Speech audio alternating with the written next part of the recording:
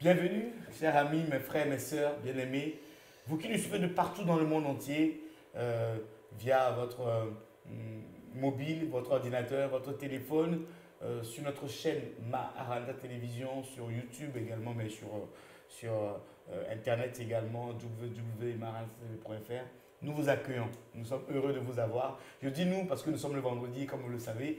Le vendredi, on n'est pas seul. Je suis aujourd'hui avec le pasteur Franck. Bonjour, pasteur Franck. Oui, bonjour, pasteur Eric. On est ensemble pour pouvoir partager la parole. Ce sera un temps merveilleux. Amen. Amen. On est ensemble pour une dizaine, quinzaine de minutes pour partager la parole de Dieu dans l'Ancien Testament. Le week-end, vous le savez, nous allons dans l'Ancien Testament.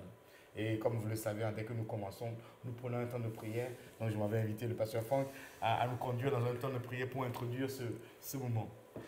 Seigneur notre Dieu, nous voici au rendez-vous.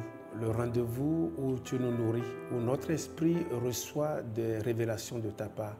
Éternel, conduis-nous dans ce temps de partage, un temps de partage où nous serons fortifiés, où nous serons guéris, un temps de partage où nous recevons encore la force là où ça manque, où nous recevrons encore de l'eau dans le désert que nous traversons. Père, fais-nous du bien et que ce temps soit pour ta gloire. Au nom de Jésus. Amen. Amen. Amen. Amen. Merci, pasteur. Oui, pasteur Eric, on va...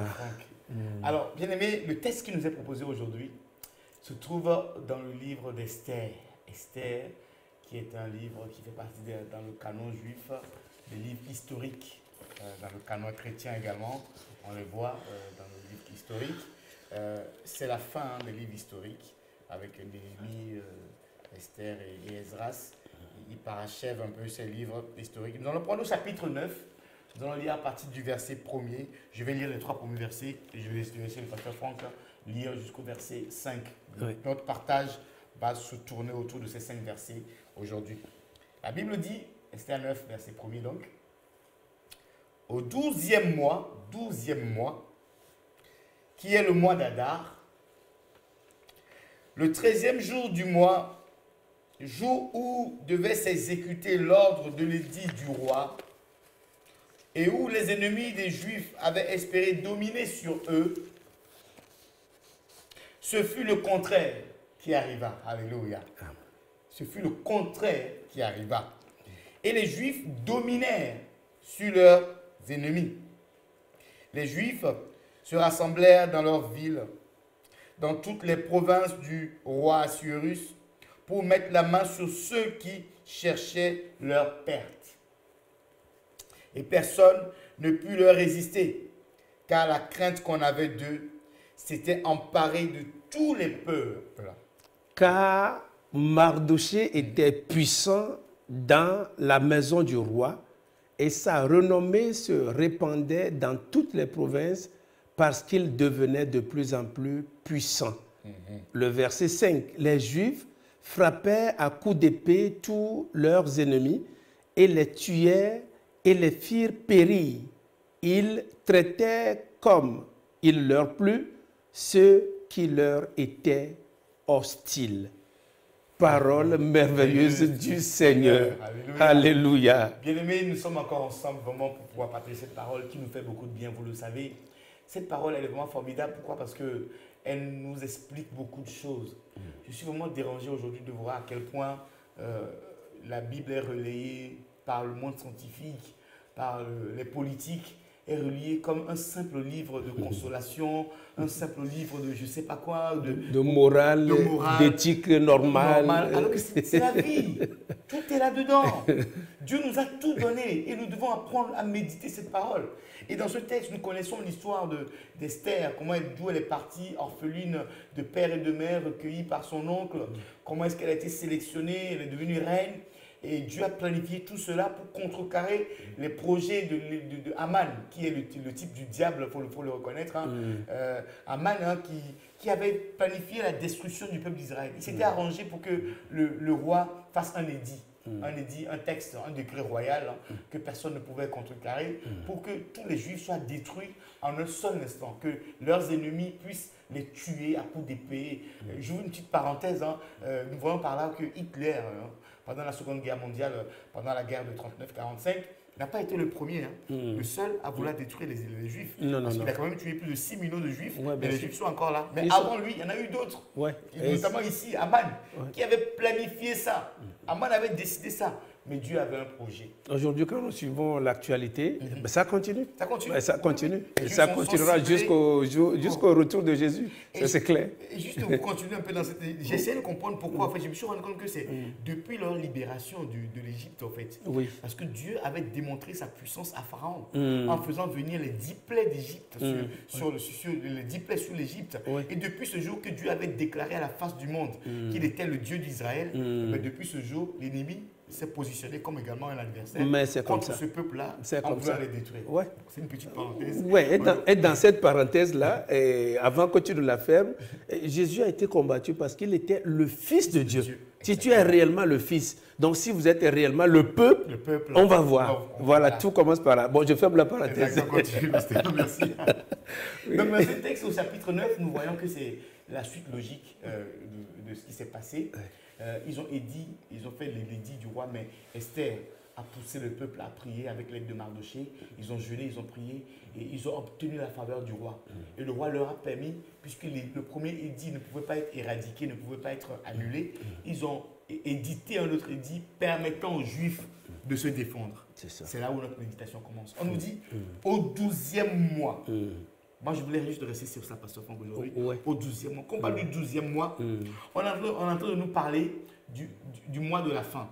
Parce que les mois à l'époque, comme les mois aujourd'hui, il y a juste 15 jours de décalage. En fait, quand on parle du 12e mois ici, leur 12e mois commençait au 15 novembre et allait jusqu'au 15 décembre. Le mois d'Adar, en fait, commence au 15 novembre et va jusqu'au 15 décembre. Si mes souvenirs sont bons. Ou ça commence au 15 décembre pour aller au 15 janvier. Quoi qu'il arrive, c'est de moitié à moitié le mois d'Adar. Et c'est le 12e mois, c'est ce que je voulais partager exactement.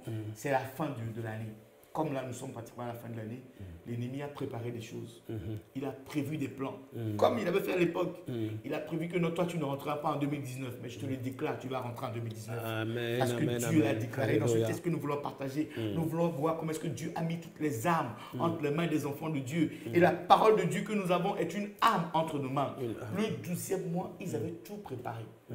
Ça me fait penser à un texte des juges. Un texte, quelque chose que Samson, enfin, nous allons prier. La Bible dit que Samson, revenant en fait d'une bataille, a vu que le champ des Philistins, les champs de ses ennemis avaient fleuri. Comme le diable a semé les choses dans notre vie durant toute l'année. Et il a attendu que ces choses-là fleurissent à la fin de l'année pour les récolter. Pour les récolter, c'est les accidents. Les récolter, c'est les meurtres. Récolter, c'est les maladies. Récolter, c'est les échecs. C'est maintenir les gens dans la pauvreté. C'est ça la récolte de l'ennemi. Quand Samson a vu que non, le champ des Philistins était prêt à être récolté, qu'est-ce qu'il a fait? Il a attrapé 300 renards. Il les a attachés par la queue. Il a mis le feu. Il les a envoyés dans le camp, dans la récolte des Philistins. C'est ce que nous allons faire aujourd'hui. Nous allons mettre le feu dans leur camp. Aucune de leurs récoltes ne sera faite. Là où ils ont semé les choses, ils ont prévu des accidents. Cela n'arrivera pas au nom de Jésus. Au nom de Jésus Christ de Nazareth. C'est ce que moi je pensais pour moi partager. Juste pour préciser que le 12e mois, le diable a préparé des choses. Nous sommes au mois de novembre. Bientôt nous allons rentrer dans le mois de décembre. Le 12e mois également. Mais l'ennemi n'aura pas le dessus. Tu vas comprendre que dans ce texte, la Bible dit une chose importante et je vais te laisser partager là-dessus. La Bible dit le mois où l'ordre du roi devait être exécuté, où les ennemis des Juifs avaient espéré dominer sur eux. Ce fut le contraire qui arriva. Alléluia. Le contraire qui arriva. Le contraire doit arriver. Ceux-là sont sortis d'un jeûne. Sortis d'un jeûne. Ils ont osé, ils ont fait 3 jours. Et après être sortis de ce jeûne, qu'est-ce qui a été déclaré? Il a été déclaré que bon, maintenant, les ennemis vont être soumis.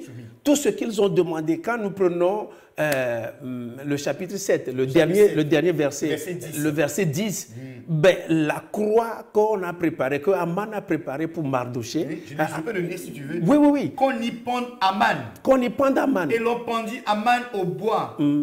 qu'il avait préparé pour Mardochée. C'est lui-même qui l'a préparé. Il ne savait pas que c'était sa propre croix. Et donc c'est le contraire qui va arriver. Oh, nous allons prier, relâcher le feu dans le camp des ennemis. Oh, dans le camp des ennemis, nous relâchons maintenant le feu. Oui, Seigneur mon Dieu, là où ils ont voulu nous voir périr, dans le nom de Jésus-Christ de Nazareth, c'est eux qui périront. Nous envoyons le feu dans les airs, dans la mer, partout où ils ont voulu semer, oh Seigneur, la zizanie, où ils ont voulu semer la destruction dans nos vies. Oh, ils ne pourront pas, dans le nom de, ils n'y arriveront pas, dans le nom de Jésus. Il y a le feu de l'Esprit de Dieu qui consume tous leurs plans, maintenant, dans le nom de Jésus. Oh, rekebre senteko, karasa kaleko seke, breteke soka, la karanta, korekele kosaka bachanta, dans le nom de Jésus. C'est le contraire qui arrivera. Nous le proclamons maintenant, Yahweh. Oh, c'est le contraire qui arrivera. Là où ils ont voulu nous voir pleurer, c'est eux qui vont pleurer dans le nom de Jésus-Christ de Nazareth. Le contraire arrivera. La croix qu'ils ont préparée, ça servira à être crucifié. Ils seront crucifiés à la même croix, pas à une autre croix, mais à cette même croix. Dans le nom de Jésus-Christ de Nazareth, ils ne pourront pas tenir devant le peuple de Dieu. Dans le nom de Jésus, ceux qui ont dit que nous n'arriverons pas en 2019, nous y arriverons. C'est le contraire qui arrivera dans le nom de Jésus-Christ de Nazareth. Nous passerons le 12e mois, nous entrerons dans une nouvelle sphère, dans une nouvelle année, dans une nouvelle saison, dans une nouvelle bénédiction. Que le feu maintenant consume dans les airs, sur la terre, partout où ils ont programmé qu'ils soient dominés au nom de Jésus-Christ de Nazareth. Bresekebro Santa, Lekeroko Sakamanta. Non, ça n'aura pas lieu, ça n'aura pas lieu, ça n'aura pas lieu, ça n'aura pas lieu. Les femmes accoucheront normalement parce qu'il s'agit d'une bénédiction de l'Éternel.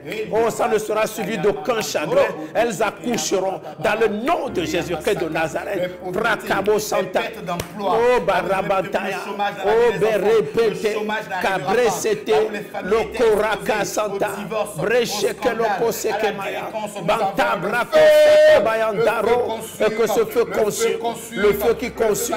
Oui, l'Éternel est un Dieu, c'est un feu dévorant, et ce feu est un feu qui consume dans le nom de Jésus-Christ de Nazareth. Brosakabantaya, Barashakabaya. Parce que je voulais que nous puissions prier, un sujet que je mets encore à cœur par rapport à ça.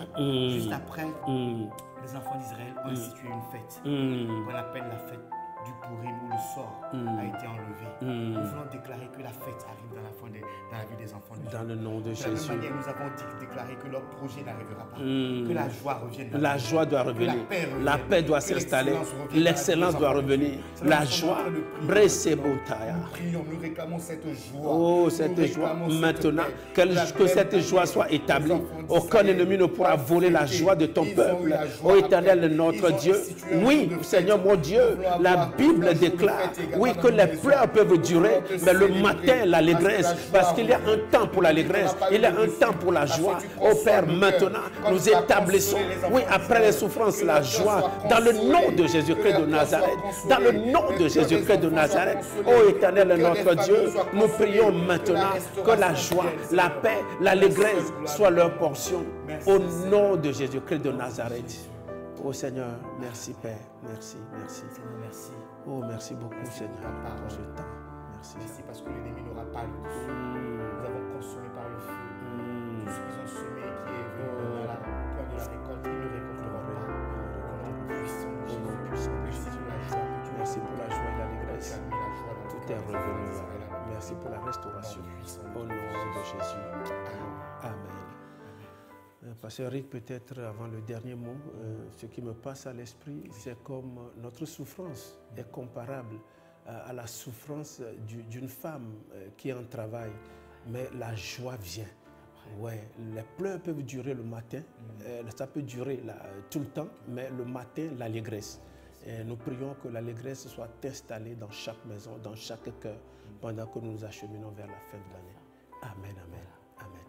Bien-aimés, continuez de nous suivre sur nos réseaux de diffusion. Nous sommes présents sur Internet, une chaîne de télévision à part entière, www.maranathatv.fr. Mais nous sommes également présents sur YouTube. comme une chaîne également sur YouTube, du Maranatha Télévision. Vous nous trouverez sur Facebook, également sur Instagram.